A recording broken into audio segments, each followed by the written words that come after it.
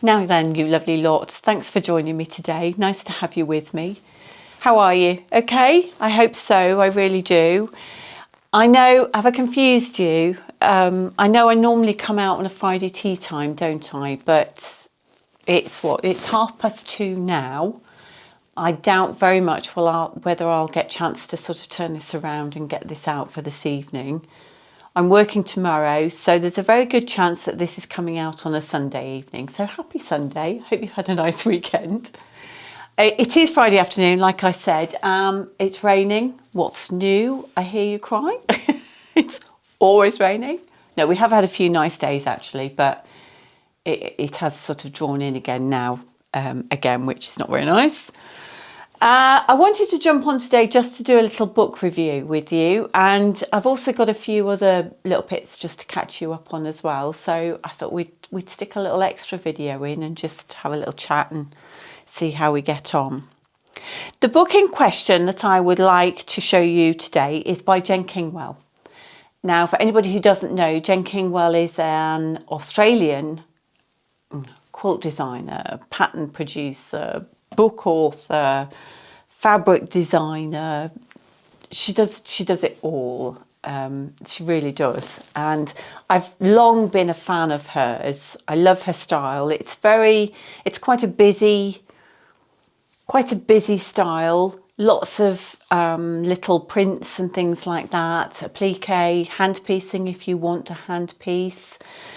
But she's quite prolific in her output as well, and they sometimes have a stand over at the Festival of Quilts, which is lovely, which is where I think I first came across her. I'm not sure really, but I do really like her style. But then I was thinking this morning, have I actually made anything from one of her patterns? I was like, I don't think I have, but of course I have. My Wensleydale quilt that I'm working on, albeit very slowly, is a Jen Kingwell design. So yes, I have made things from her, but I do have lots of her bits and pieces as well. So the book in question is her Quilt Recipes #2, which is Gathered. And this first came on my radar last year when I was in Australia, and I was very, very tempted to purchase it to bring home. But it's a hardback book, and it's quite heavy, and I felt that my luggage allowance was best served with fabric rather than books. So I left it, and I nearly bought it when I got home, but I didn't. And it's one that I've been sort of looking at on and off for quite a while. However, my friend Jen, not this Jen, but another Jen, has it, and she very kindly lent me it so I could have a little look through it, which is very kind of her. So thanks for that, Jen. But it's going back home to her tomorrow. It's a hardback book. It's a beautifully produced book. It's got that lovely smell. Do you know what I mean? Or does that sound a bit weird? Please tell me you all know what I mean. It's got that lovely, nice produced book smell. And you're all probably going to say I'm really weird now. My kids all know what I mean because they're all the same. You know, that new book smell that you get. Anyway, never mind, moving on. Hardback book, and in it she has a number of quilt patterns, but also at the back she also has a number of recipes as well for various things. And I will put some pictures in here. I mean, obviously I can't really show you, I can't show you the patterns or anything like that, but I can show you some pictures of the quilts that are in there. But it's what I would describe as, you know, a coffee table quilt book. Do you know what I mean by that? And there are a couple of patterns in here that I really like. I very much like this one, which I think reminds me very much of, you know, the scrappy granny square quilts that I have done in the past. It reminds me very much of those, and obviously it's just another take on it. But I have got a number of 2.5 inch squares, so I might have a go at some of those at some point. The nice thing about her pattern is that the the outside triangles, the setting triangles for it are all cut so that there's no bias, which is always a plus, isn't it? And we will talk a bit more about bias in just a short while, so you'll see why it's quite so important to me. But I do like that one. But I also very much like, hang on, I'm going to see if I can find the name of it, but it's like a round robin log cabin. It's called Upgrade, and I will put a picture in here for you to see. But I very much like that as well. And it's nothing, actually I can show you that because there's no pattern pieces, but look, isn't that gorgeous? The photography in it is beautiful. It is a really, really beautiful looking book. And I just love the aesthetic of it. It's just so stylish, and it's well done. It reminds me very much, of sort of like the Merchant Mills type photography. Very classy looking photos. Now, I haven't tried any of the recipes at the back. I haven't really had time, but I might have a little go at one or two of them. Pam's jam drops look particularly nice. So yes, I might have a little go at those at some point. I might write that recipe out. I did have a look to see if I could get a hold of a copy of this, and at the present time I couldn't find it in the UK. It's not even on Amazon at the moment. I found it on Etsy, where I think it was going for about £41, which is quite pricey for a book, isn't it? It's quite a lot. And given that there are only a couple of the quilts in there that I think I would make, I'm not sure if I would buy this now. And this is from somebody who has, I will put a photograph of my bookshelf, but I have quite an extensive collection of books already. So I'm not sure that this is one that I will be adding to my collection, but it is a beautiful book. I have got a couple of her other ones. I've also got Psychedelia, which is a little bit wild, and I'm not sure I would be doing all of those blocks, but there are one or two in there again that I think I might pick from. I bought this a little bit of a whim, actually. So I haven't done anything with that. I am, of course, doing my Wensleydale, which I had forgotten about. I need to pull out and start doing again. There's that phrase, isn't it? Out of sight, out of mind, which is definitely the case with that one. I think I've tucked it away somewhere in a wallet, so I need to pull that out. But I did buy some of the Jen Kingwell fabric last year. I don't know if you remember me showing you these last year. These are produced by Jen and designed by Jen Kingwell. They're through Moda, and they call them Lollipops. So it's across the width of the fabric. You have lots of different pattern, going the length of the fabric, which I think is a really nice idea, because you could probably get a couple of binding strips out of those, or use them for various projects. I think they're really nice. But you will notice that they are folded up and have not been used. There's a shocker, eh? There we go. So yes, I will do something with them one day. But anyway, these are my Jen Kingwell bits and pieces. But yes, lovely book. Really nice recipes in the back. Lovely looking book. Just not sure it's one that I'm going to purchase just now. But thank you, Jen, for lending it to me and letting me have a look at it. I appreciate it. Right, what else have I got to talk to you about?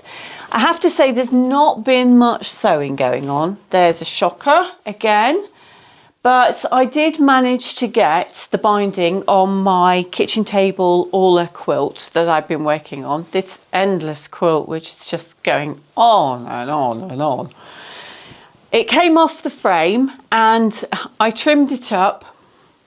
I was really pleased. It was the Knit 2 Purl 2 pantograph on it. I was really pleased with how it came out. However, when I came to trim this up, I squared it up, and then when I measured it, I discovered that I was 2 inches difference between the top of the quilt and the bottom of the quilt. 2 inches difference.